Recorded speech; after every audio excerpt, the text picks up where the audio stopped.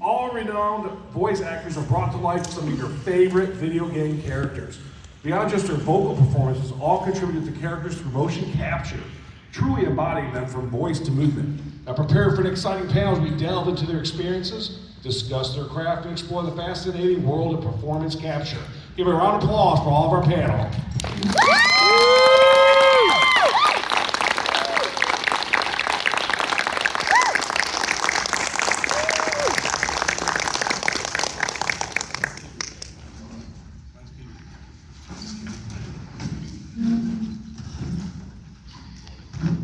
Wow, I'm so excited to have all three of you here today.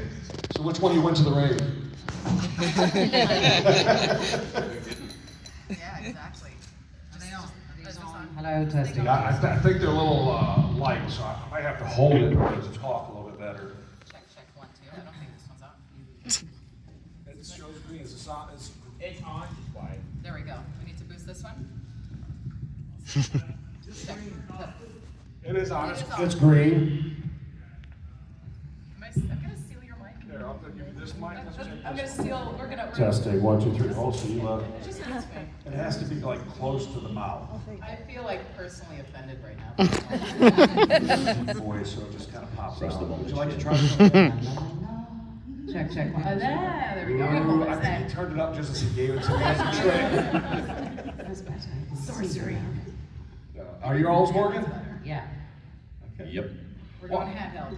Well, I'm going to start off with, I'm going to let each of you talk a little bit about what you've done in motion capture as far as what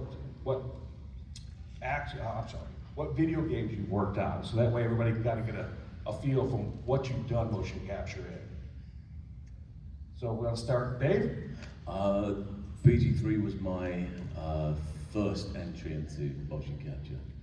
And it was a baptism of fire. I'd not done any beforehand. So basically, if you think you need training to do it, you don't. It is incredibly helpful to get a grounding in it, especially when you're entering a studio and a volume for the first time.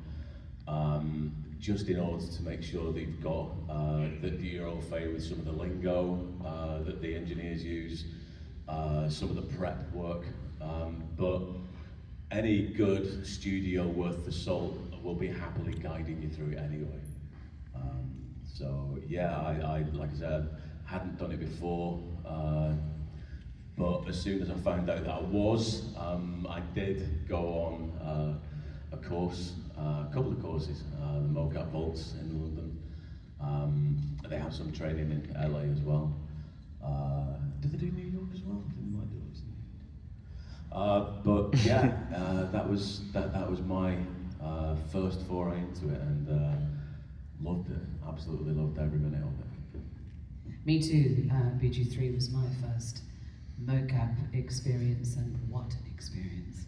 Putting on that suit.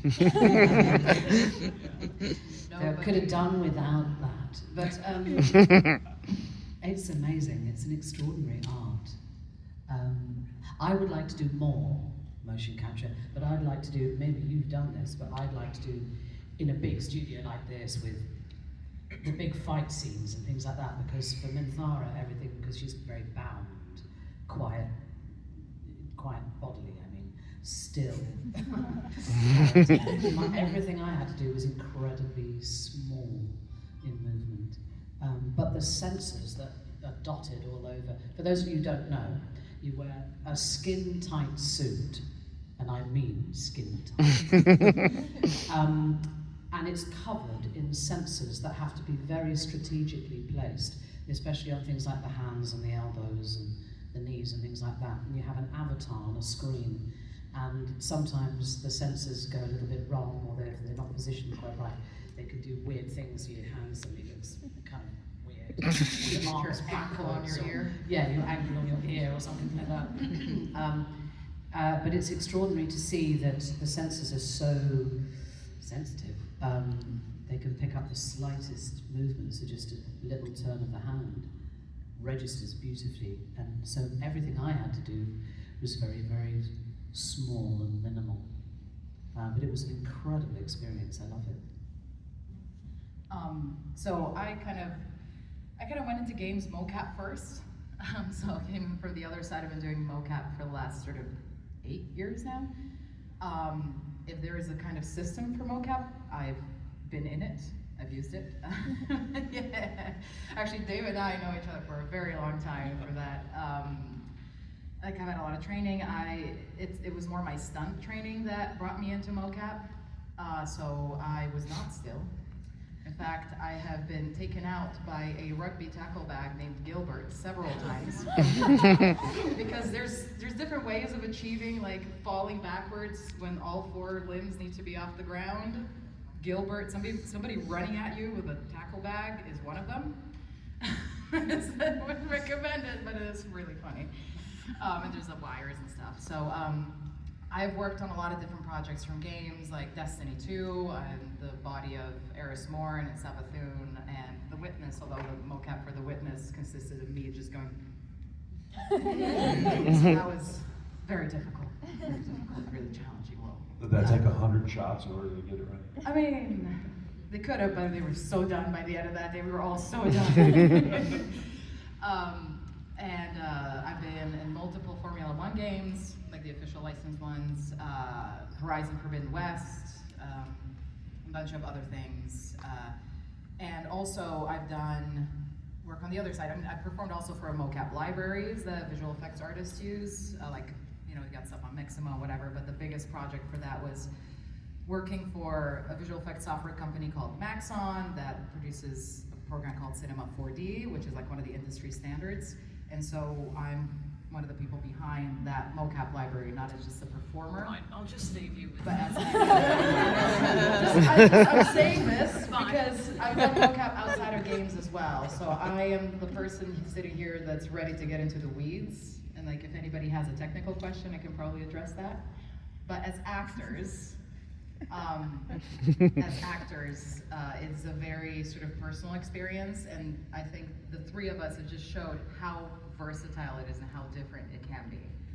So that's kind of, yeah, I get into the weeds. I get into the weeds of the technical side of things if anybody has questions about that. And I'll be opening it up to the audience here shortly. I'll come out there and run around and be a fat man run around. I don't have a suit on though. But I will This run suit. around. Just so you know, the suit is like basically a giant Velcro suit. Imagine all Velcro, because those things that they stick on you is Velcro. And so nobody on this earth looks good in it. Okay, I've seen actual high fashion models in those suits. They look like a sausage. It is brutal. So if you already look like a sausage, does it like a double sausage? That suit is the great equalizer. So when you're portraying, I mean, normally you just would get in front and do your movements on it. Now with that suit on, how does that change compared to just like normal acting when you're wearing the suit? We can start with Dave again. It doesn't really. The thing is that what it does take out is the fact that you don't have to go into costume. Because basically, the only costume you need to wear is the suit. They then add whatever costume they want onto after, or whatever skin. It can be anything. And so that takes a lot of not so much prep away, but it takes a lot of the getting into your head a particular way of being for that character. So if you're in like a suit with a shirt and tie, you don't feel that. So you need to imagine whatever you're wearing in order to portray what you're wearing. Well, you do camera, like on-screen work, right? So you're on TV, so you can maybe like, how does it differ between like acting for screen versus the sort of always a wide angle? Basically, when I did Dick Turpin, all I was in just nothing but a wig and a cocksock. So that was incredibly open. And so as far as like performing in your skin is concerned, that really took it to another level. But yeah, sorry. They all just got a mental image. That was what I had in mind when I asked you that.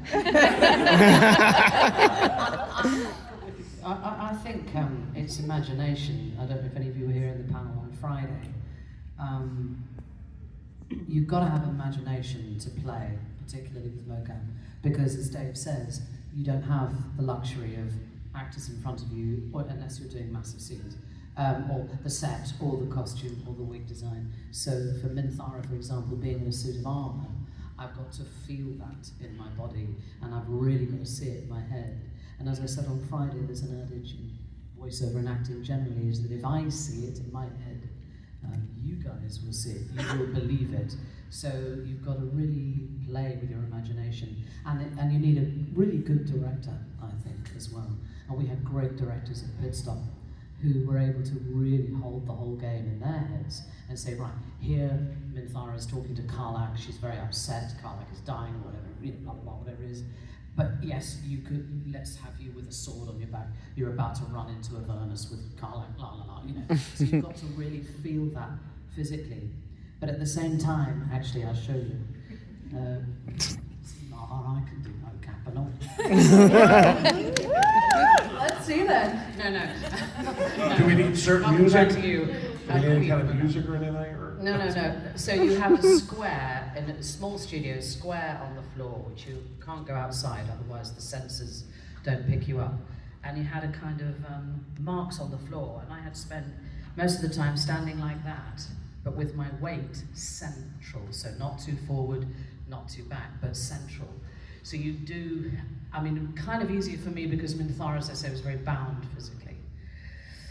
But if you were kind of doing a gesture or something like that, you have to remember to come back to what's called base pose. So you would go, you know, yes, you want to consult me, or something like that, and you would do that gesture. You can see the avatar on the screen in front of you moving. But once you finish the line, you can't sort of stand there playing. You've got to come back to a neutral pose. So you might move your weight forward and take a step forward, as long as you remember to come back to that base pose. So it's like a neutral one. A neutral pose, isn't it, Marta? So that they can splice the animation together. Well, I was going to ask you for a T-pose. Oh yeah, the T-pose. Yeah, and before you start recording, you have to do a T-pose. So you have to do this. T-pose, please. They're always like, and then you T-pose, you please. cut, T-pose, and don't you dare walk off. And you have to do it at the beginning and the end. So it's just they're like markers for them. And then you do all these amazing exercises, don't you? Because you do all of this to kind of get you warmed up. But it's actually not to warm you up, really. It's to warm up their technical stuff and all the It's to avatar calibrate and the everything. system. Yeah. So the reason why you do that, there's a vernacular that goes with it. You can call it a base pose or an idle. Idle, it's when, for example, your character in your game is when you're not telling him to do anything. It's idling. So you go back to the idle. The idol still needs to kind of be alive, but the main reason why like a mocap actor has to always come back to the idol is because these animations need to be stitched together. And so the poor animator trying to drag you, like be back from like a random pose back to where you need to be manually, that wastes a lot of time. The reason you do mocap is to save time on animation, right? And so you need to go back, you need to do your T-pose so the system always knows where your joints are, where all those dots are. And yeah, so it's basically to make everything run into each other because you can't really do very long takes. It ends up being, imagine when you're like having a really long video and it's a massive file and it's really difficult to work with. Same thing with mocap. It's the same thing, yeah, and so it gets very technical. There's other stuff, it's getting better now where like you can cross your arms because you'd be occluding, that's it, occlusion. You'd be hiding the markers. That's not as much of a problem anymore. There's also one example that I find really funny where, you know in The Hobbit, where you see Benedict Cumberbatch crawling around on the floor as Smaug. None of that was actually used. That was not usable data. They had somebody else come in and actually do that again, because the second he was on the floor, if you imagine there's infrared cameras all around you, those cameras can't see any of the markers on the front of his body. You can't do that. You can't, like, the tech is catching up now, But at that point, you couldn't do that. So it was basically a PR stunt. So are they moving more towards like RFID form or something where they can pick them up better? No, so if you were gonna be crawling around on the floor, what you probably do is you get a suit. So there's different types of mocap. You have the ones that, you know, we mainly work in, and like Baldur's Gate worked in, which you have the cameras and we have these dots on, right? The dots are actually just rubber, and they're covered in like reflective tape, and so that reflects the light back into the camera. The other ones where you see like on movie sets, you have the X-Sense suit, which is called an inertial suit, and they'll actually have little sensors in it that has little gyroscopes that they're constantly calculating the position of each sensor in relation to like their calculation of the floor. That's why we did the range of motion, the little stretchy bit, to calibrate the system so the system knows where the floor is. If you decide to jump, so you come back to it instead of sinking into the ground or floating off into space.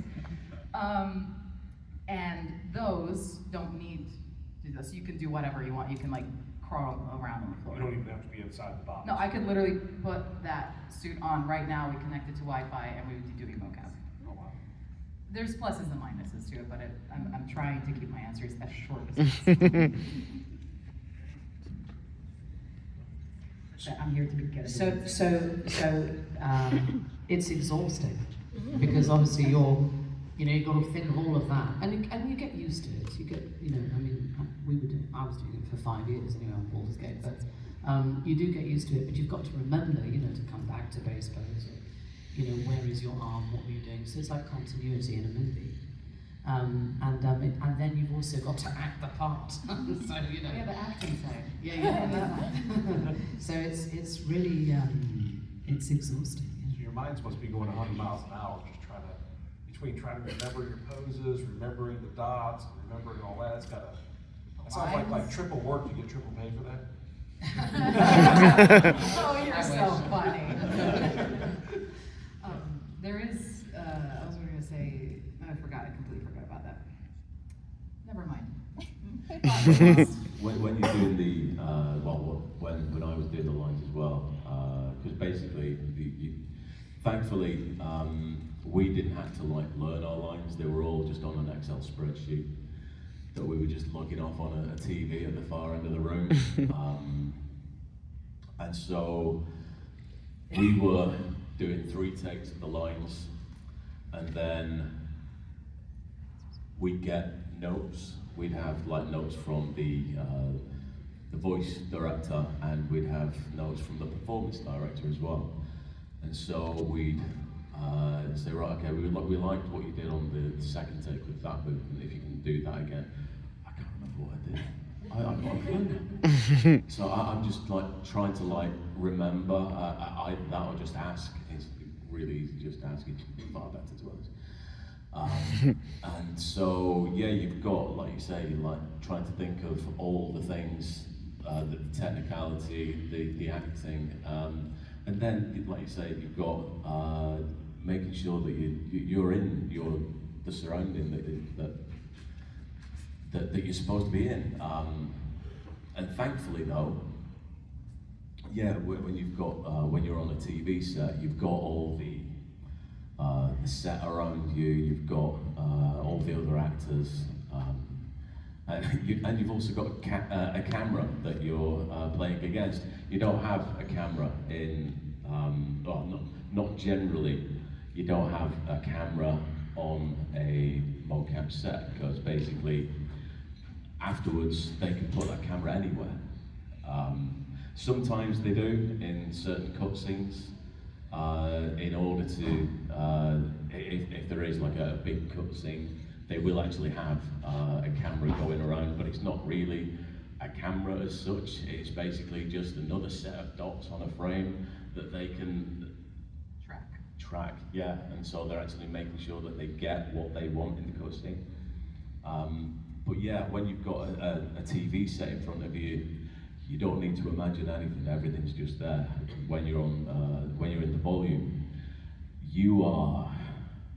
it is like you're 5 again, and you are just pretending. It is the purest form of play, and I love that. subsidies on it. I love the fact, like the reason I fell in love with it was because it didn't matter what I looked like at all. Yeah. The only thing they kind of care about is the height, but even then, not really. So I could like change anything about me, gain weight, lose weight, whatever it is, and that would not impact my ability to get cast as a mocap performer. Like that, being free from this is such a welcome change from like, let's say, screen work. But the other thing that I really like about mocap these days is something that was proven by Baldur's Gate, of like on a massive scale, which is really good performance direction, right? You had dedicated performance directors, people who know how to direct actors, how to get good performance out. So I assume those directors are different, because not only are they trying to get the Sometimes, voice, they're also well, trying to get the motion. And everything. no, it's not even that, because it's acting, it's all acting, but they need to understand the constraints of the system. What happens normally on most mocap sets that are not, you know, the Baldur's Gate, or like they're not the biggest budget games, because it's a budget issue usually.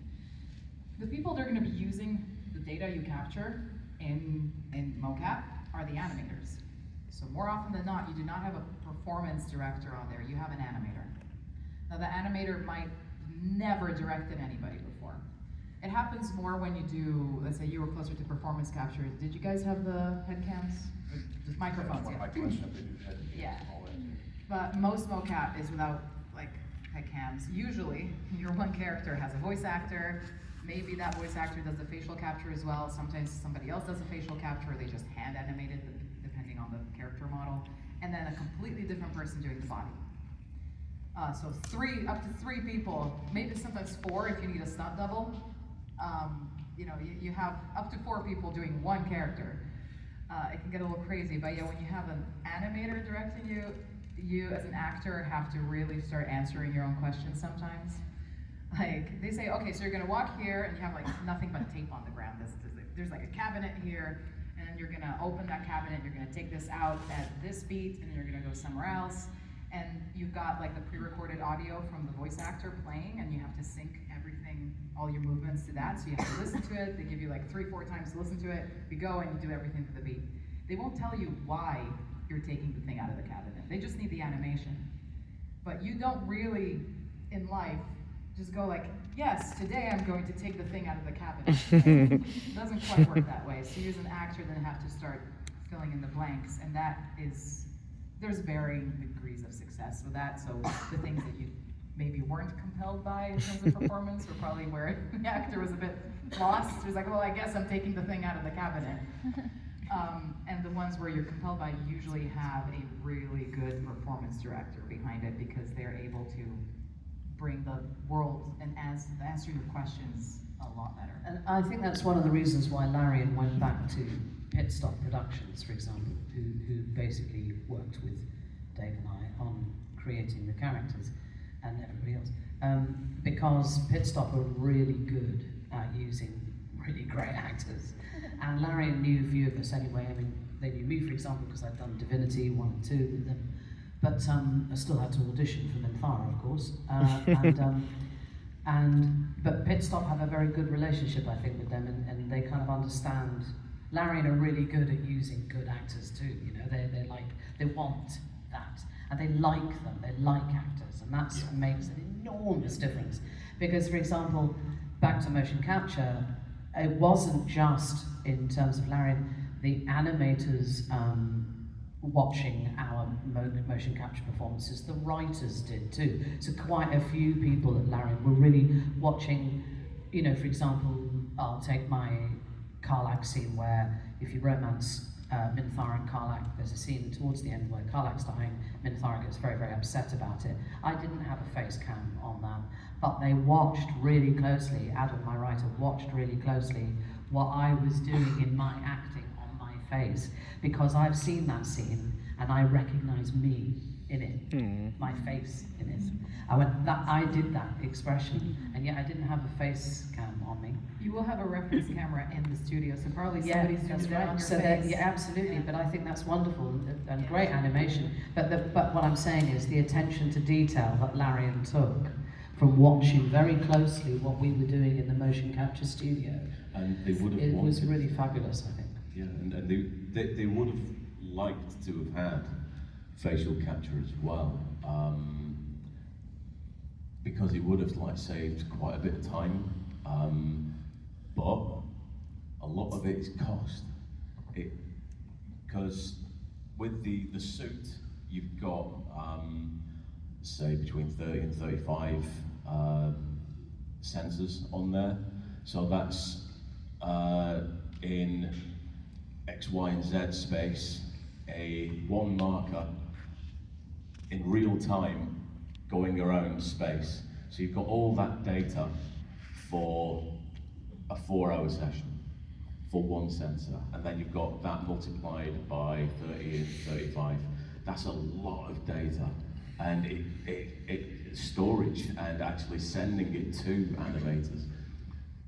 It was, when you've got the facial capture as well, you've got so many dots on your face that it's cost prohibitive to actually get it, and the animators were proficient enough that they didn't really need it at the time. When we started out, we didn't have gloves, motion sensor gloves. So basically, on early access, most of the hand movement you'll see is just like paddles, and if necessary, literally hand animated for the movement on each finger. About 6 months after early access, we actually got decent motion capture gloves. And again, you need a range of movement for those as well. So when you're doing the T-pose for that, you've got everything for that as well. So right there, fingers. Yeah, finger ROM. Yeah. And you have a facial ROM as well. If you do have a camera, you have to Yeah. do a facial ROM calibration. So you go. Yeah. So when they do the fingers, do they have like dots on each finger on the knuckles, or is it just? No, these are just like the Specific, like the inertial suit that I said that has sensors in. Okay. Yeah. yeah, it's like gyroscopes in those as well. Add one more thing to what you said, because it's absolutely true, the cost, but also working with facial animation data is a specialist skill. Yes. Not everybody can do it. Yeah. Those people are very expensive and very sought after. And so you need somebody who is experienced in working with that data to even do that. And at the scale that we had Larian was doing this, it's just not 250 reasonable. actors with thousands of characters. It was just. Yeah, the level of detail on Baldur was ridiculous. I mean, and it took so long to record. And I remember the last 3 weeks of the game was just, I was there virtually day and night. It was extraordinary. But those guys at Larian and Pit Stop really were working around the clock, because the release date of the game had been put back. No, we need a bit more, we need to do this, and eventually they had to do a cut-off, because it was gone forever, you know. And it's like, no, September the 4th, something like that, 2023. That's got to be the release, not September, August. Got to be the release date. So we just, so you know, they literally were working round the clock to get it finished. All that data, all the artwork, everything. It was extraordinary. Do you see anything with AI changing how mocap is done?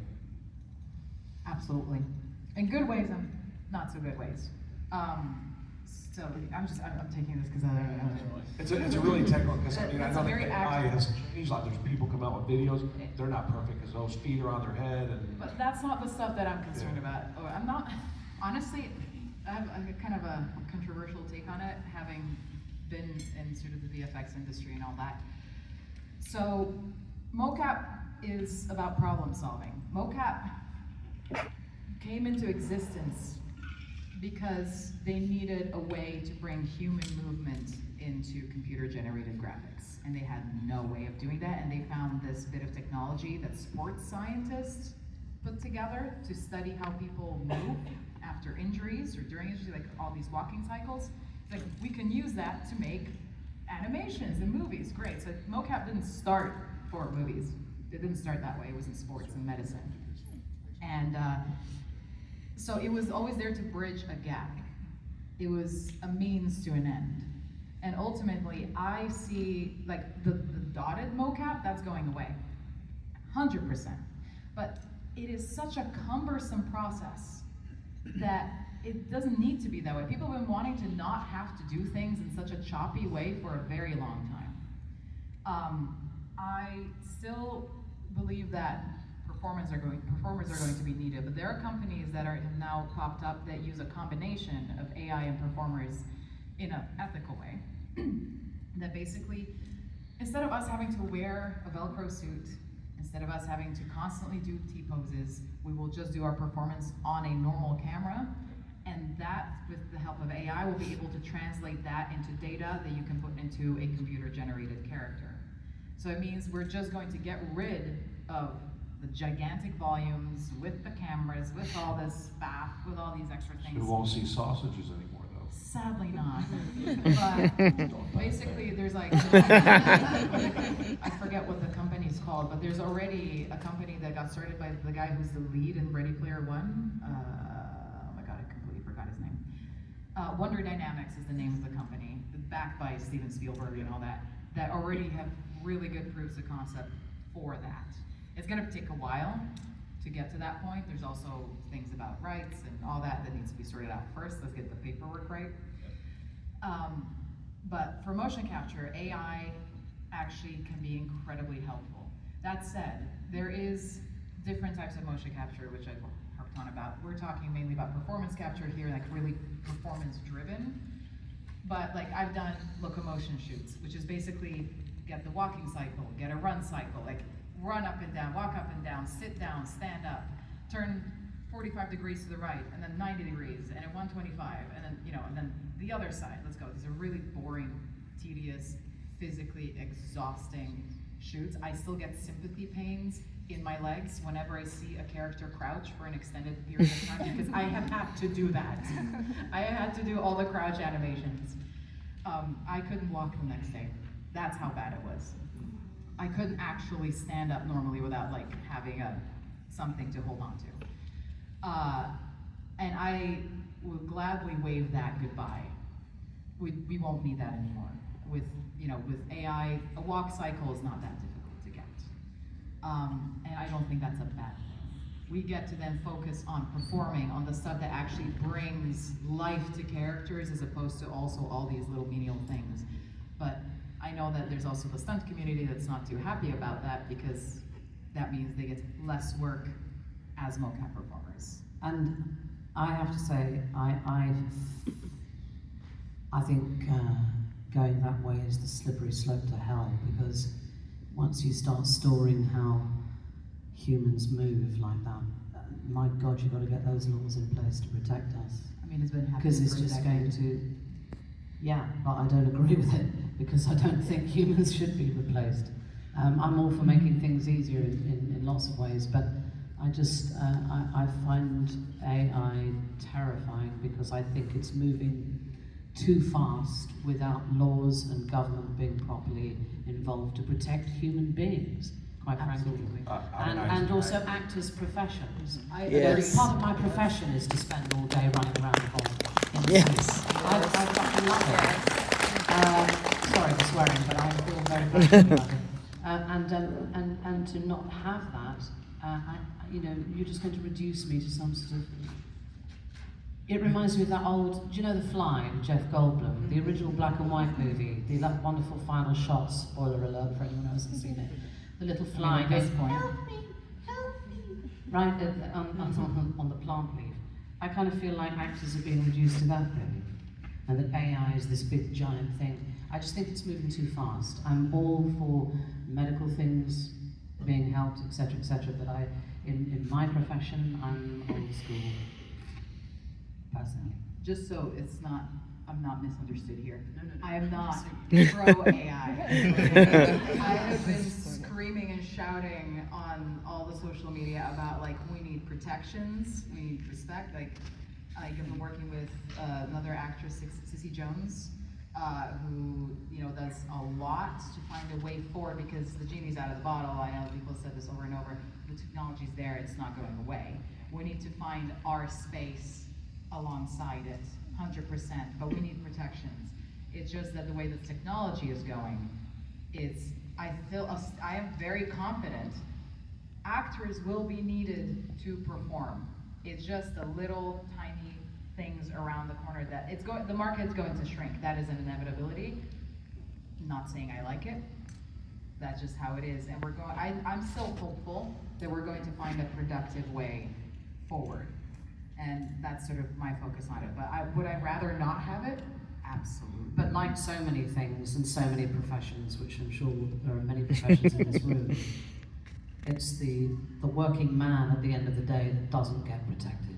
And what worries me is that until they start changing things for actors and supporting actors and stop treating us like shit, basically, and pay us properly, pay us proper rates, have, in my opinion, unions involved to protect us, I think it's just going to get bigger and bigger and bigger. Yes. Smaller and smaller. Don't agree with it. I'm vehemently against it. You need to protect your intellectual property. That's how you do And things. that's impossible And that's for what's me getting to do. stolen We from already, AI. someone on BG3 who will remain nameless already had to get, a cease and desist on a company to shut down an AI use of their voice. And that was about 2 weeks after the game was released. And they had to stop. But it's little things like that. And I just think we're getting left behind. Well, I've done 5 for Five Nights at Freddy's. For us, 5 different cease and desists, and my AI clones are still all over TikTok and people doing music covers and everything. It's everywhere, and I don't have any control over it. I hate it. So I'm not protecting my IP. I'm protecting my identity because that's biometric data. So actually what I say is like people are never going to really care about actors all that much because people think that art is unnecessary, a lot of people, but until they start seeing the human cost of it to the everyman or whatever. And yet, what was the first thing they went to in the pandemic? Oh yeah, of course. All of it. Of Art course. and culture. If you don't have actors, don't Let's have go art get and him. culture. Let's go get him. Okay, we're gonna have our audience ask their Sorry, first bit question. We're all riled up here. Yeah, I actually wanted to get a bit more into the technical thing you mentioned earlier. So my question is, 3D animator, went to college for it, but never got into the mocap stuff because they actually got rid of the mocap sort of tent they made because it was like a fire hazard, like very bright lights and like a tent in a very hot computer room. Anyway, it is what it is. My question was that you mentioned that height does matter, but weight doesn't. And I know that whenever you're doing your idle poses, if you're more heavy set in the waist, your arms are extended more. Yeah. If you have to, if weight doesn't matter, do you just have to tween it in the clavicle and shoulder, or hand animation, or I guess why doesn't it matter? You will get cast based on your movement. So mocap auditions, like self-tapes, you need to do a full body thing. You need to wear sort of form-fitting clothes for the most part, so they can see how you move. That will get you cast. Your body performance is important. So maybe it is that the character is heavier set. Maybe it's that the character is, not human, and your particular way of moving suits that. So it's not about how much you weigh. Sometimes that's exactly what they're looking for. Sometimes it's not. They're not looking at how much you weigh or how tall you are really. They're looking at how you move, and does that suit what their character is supposed to do? Because, for example, I usually don't get very delicate little characters because I'm quite grounded in my movement. I get a lot of military roles. I'll get, actually, they've strapped weights to my body, so it looks more like I have a suit of armor on. You know what I mean? They'll give me these things that might influence my movement, but the base movement is what they're looking at and what they can work with. It has nothing to do with. Yeah. So what you're actually capturing is the dots, and then the software that's capturing it, like Motion Builder or anything else, then takes that through various calculations to create a skeleton. And then that's the skeleton that gets into a rigged CG, 3D model. But yeah, so that's the main reason. the movement comes before height, before anything else. That's how it works. Hello. I have talked to you about this. Dave, I did not get the chance to talk to you about this. Baldur's Gate actually means a lot to me. It was my very first RPG ever. It is what dragged me into the world of Dungeons and Dragons, and I just wanted to say that the amount of effort and the amount of love and care and authenticity that y'all at Larian have put in and continue to do. When I heard about Baldur's Gate 3, I cringed. Because I was just like, every AAA studio is putting out half-assed games that are unfinished and just, they expect you to pay an arm and a leg and then continue to pay for the finished product. And it's just not great in the game zone now. But y'all at Larian and just the actors and everybody that have been involved just in general, thank y'all. Like, Yeah. I could not have imagined a better team or a better result to take care of one of my favorite franchises. So thank you. Woo. Thank you. That's very kind. Thank you. Sorry. Good afternoon. Question in general about the mocap suits. For each of you, what is your favorite sequence of motions that you've done, as far as like a transformation sequence or like fighting or anything of that? I think with Halsin, a very memorable session was when Halsin actually found Daniel, and he brought him out of the portal, and that was 2 couch cushions gaffer taped together with a big smiley face on it. It worked. It worked really well. And so, yeah, as far as memorable moments, that's definitely one. Yeah, mine would be similarly sitting on Catherine's throne, which ended up being a wheelie chair with a sort of broom strapped to my back, kind of not in the way of the senses, so that I had her mace cyanide on my back and getting back, slightly leaning here because of the weight of the sword, but enjoying sitting on the wheelie chair and getting up off the wheelie chair to go back to idle base move without moving the chair. Yeah, that was fun. Imagination. But I was shown a picture. I was shown a picture first, so that by the most glorious, fabulous director. I adore him and all of them at Pit Stop. Josh Whedon, who's head of Pit Stop, Beth Park, and Adrian Townsend, 3 of the most glorious people I've ever worked with. Their ability to hold the game in their head, and you know, for me to say, so who am I speaking to now? Where are we? Which tree is this? Part of the game is this? Oh yeah, this is what's happening in this. And they reeled it off and checked their notes, and you know, I mean, they were just phenomenal. So yeah, they'd say, do you want to see what the room looks like, or, you know, and what Catherine's throne looks like? Yes, please. And so then you imagine it. I have like 2 favorites, let's say. One was for a game that sadly never came out. It was one of my first times doing like locomotion.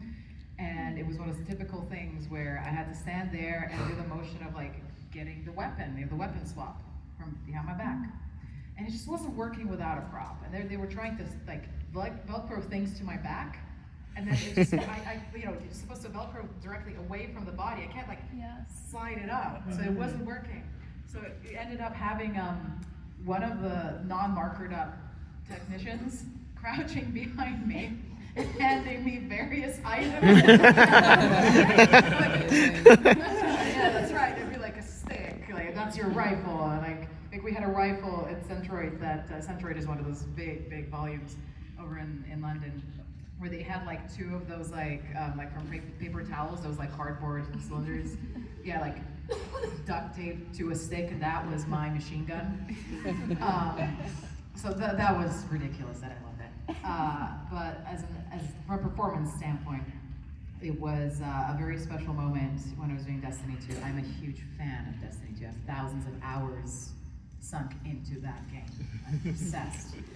And when I got the chance to mocap those characters, and I stepped onto the set, into the volume, we've done a range of motion, and on that screen that used to have that previs, they had loaded in Eris Morn's character model. I've spent years with this character, right? I cried. I cried. I like, stop chopping onions.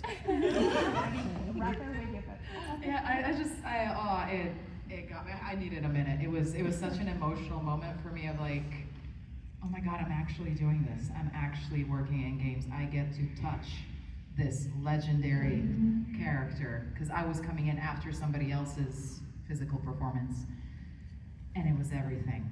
That day meant everything to me.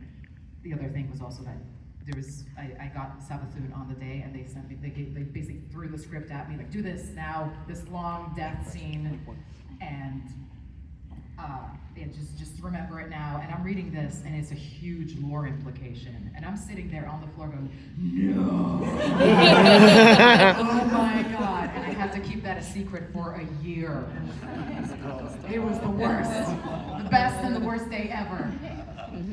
I think one of the other things that I just touching on what you were saying before, with the items behind the back, yeah, that is, and the magic pocket that you're all like familiar with. That, oh, I have it here. The thing to help them not have to animate hands more. That's exactly it. Animating hands and interacting with clothing and pockets. It's really hard to like animate a hand going into a pocket. And also, seeing as though you are in this suit, you don't know where the pockets are going to be. So it's basically, oh, just, ta-da, here's a gun. Hey, let me hand this to you. Thank you. We got our last subject here, so go ahead. Oh, I'm the last? Okay. Yep. You're last. Make it important. Oh, okay. Well, I have kind of a two-parter question for all of you. First of all, since you often don't get to have the privilege of acting in front of another person or actually being able to interact with that person, does the inability to like look at and touch help or hinder your process with acting, and like how did that change your process? When we were doing our lines, sometimes we had the lines fed to us from the director beforehand, in order for us to have something to react off of. Acting is reacting. And so ideally, you need something to react to. And so I ideally, yeah, you need to know what's happened before in order to be the thing that's happening after. If I may, you're completely at the mercy of your director. Yes. Completely at the mercy of them. They have to know what you need to know. Yeah. You might have readers off screen or whatever, like, just people reading you in lines or anything like that, but you are at the mercy of the people around you, and honestly, you can just do as well as what they allow you to do. And that's one of the hard things about acting for games in general, because it's the same with voice. You do vocal performance, you're almost never there with anybody else. So it's the same thing. It's challenging. I would say it hinders more than it helps, but there is a fun side to it, and there's play, and there is imagination. I came from a very big radio drama background. It was my first job out of drama school, and that actually I found helped me an awful lot once I went into games, Because in radio drama, you might have 2 or 3, 4 actors stood at a radio drama mic, and you're facing the microphone. I'm not turning to Marta. The mic's here, and I turn to Marta to play the scene with her. The voice doesn't go in the microphone, it goes straight into the So you play radio drama facing the mic, looking at your scripts, so you become terribly aware of listening to people and playing with your imagination. And I found that absolutely invaluable when it came to games. Because for me, I remember Josh would say, do you need the line? You know, if I'd done it once, the second, third time, if he wanted 2 more takes, I didn't need him to feed me the line. Because I could see Samantha in front of me. I could see, well, not Dave, but Halsin, you know, Jahira, the beautiful Tracy in front of me, you know, and so I just have to imagine, I have to play and really feel it. So for me, the process is no different than any other form of acting. As Marta said, it's all acting. It's who, where, how, why, what, when, and that's what you do. But the other great skill with games work particularly is that you might not see the script till the day before you come to do it. Because everything's NDA, right? Everything's top secret. So you've got to really, and again, as Marta says, that's why you need a good director, because if you need to ask questions about what's going on, fine. If you know what's going on, you recognize, oh yeah, this is the scene where we did this, then you can answer those questions yourself. Do you know what's the real lie about those NDAs though? It's just like, you know, they're like, oh yeah, NDA, that's why we can't send you the script until like 10 p.m. the night before. No, it's just them not still writing it. With Five Nights at Freddy's, like, we had it in a Google Doc, and I'm looking at the Google Doc and somebody's literally writing the lines. Oh my God. That's very true. I was in the studio where Josh or Adrian was on Skype or whatever with Adam, my writer, and literally the lines were coming up as I was doing them. Or Adam went, no, change that word to this. Or they work so hard. But everybody does in games. I just remembered like a tiny little tidbit I wanted to add when you were talking about head-mounted cameras. Just a little callback to that, like the facial and like animation, like the data and everything, and how intense that is. Something that happened to me 6 months ago in the volume, I had the really high-tech, the ones they used for like Marvel movies, that we were using those head-mounted cameras, actually 2 cameras, one like this and one like this, in front of your face, and an actual Windows machine strapped to my body to be able to handle that data. Now, I'm just there, I'm hanging out, I got this thing, it's kind of warm, you know, I'm just like waiting for my turn. And I hear something like a loud balloon pop. And then something starts getting nice and toasty. And next thing I know, there's like black smoke blowing up in front of my face. I'm like, that's on fire. Oh no! It actually exploded, and there was a little electrical fire on my body, and I'm wearing all plastic, okay? And I'm like, somebody needs to take this off me now. Like, it actually exploded. That's how intense this gets. It was not a hot day. Actually on fire. I mean, just couldn't handle all this. Real quick answer. What is something that you're working on mocap right now that maybe you can mention to us? It might be nothing. Start with Dave? Yeah, I'm not. Wah, wah. I have an audition waiting for me when I come back that involves rock climbing and high falls, and I kind of don't want to do it. Ooh. I'm like, I'm not getting any younger. I think that might be a younger woman's game. Yeah, that's why I didn't jump off the stage. I didn't have my sausage suit on. So is there anything that you're all working on that you can mention to be on the lookout for? NDA. I'm working on things we're not allowed to talk about. Good. I can say a movie coming out, St. Patrick's Day Massacre. If you like B-movie horror, really cheesy, old school Friday the 13th. Reminds you of the 80s. Dublin on St. Patrick's Day kind of horror. It's coming out on. Guess when it's coming out. St. Patrick's Day. And I'm also working on another movie that we're starting principal photography in April. That's coming 2026, but that's all I can say about it. It's also violent. I sat here and said it's like the 80s, and I don't think anybody was even born out there in the 80s, so. A few of you. A few of you. If you like Dostoevsky and Anne Bronte, I have collections on Audible at the moment, which has just been nominated for an Audie, actually. All So- right. Yeah!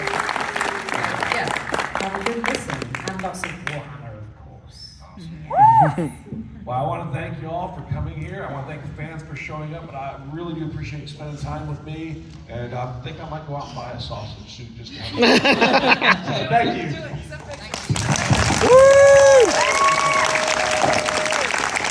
Oh, remember, go down to the fan tables. You're all going to be at your tables here shortly. Actually, I'm doing another panel right after this. Oh. The other place, She's out here. Who wants to talk more mocap?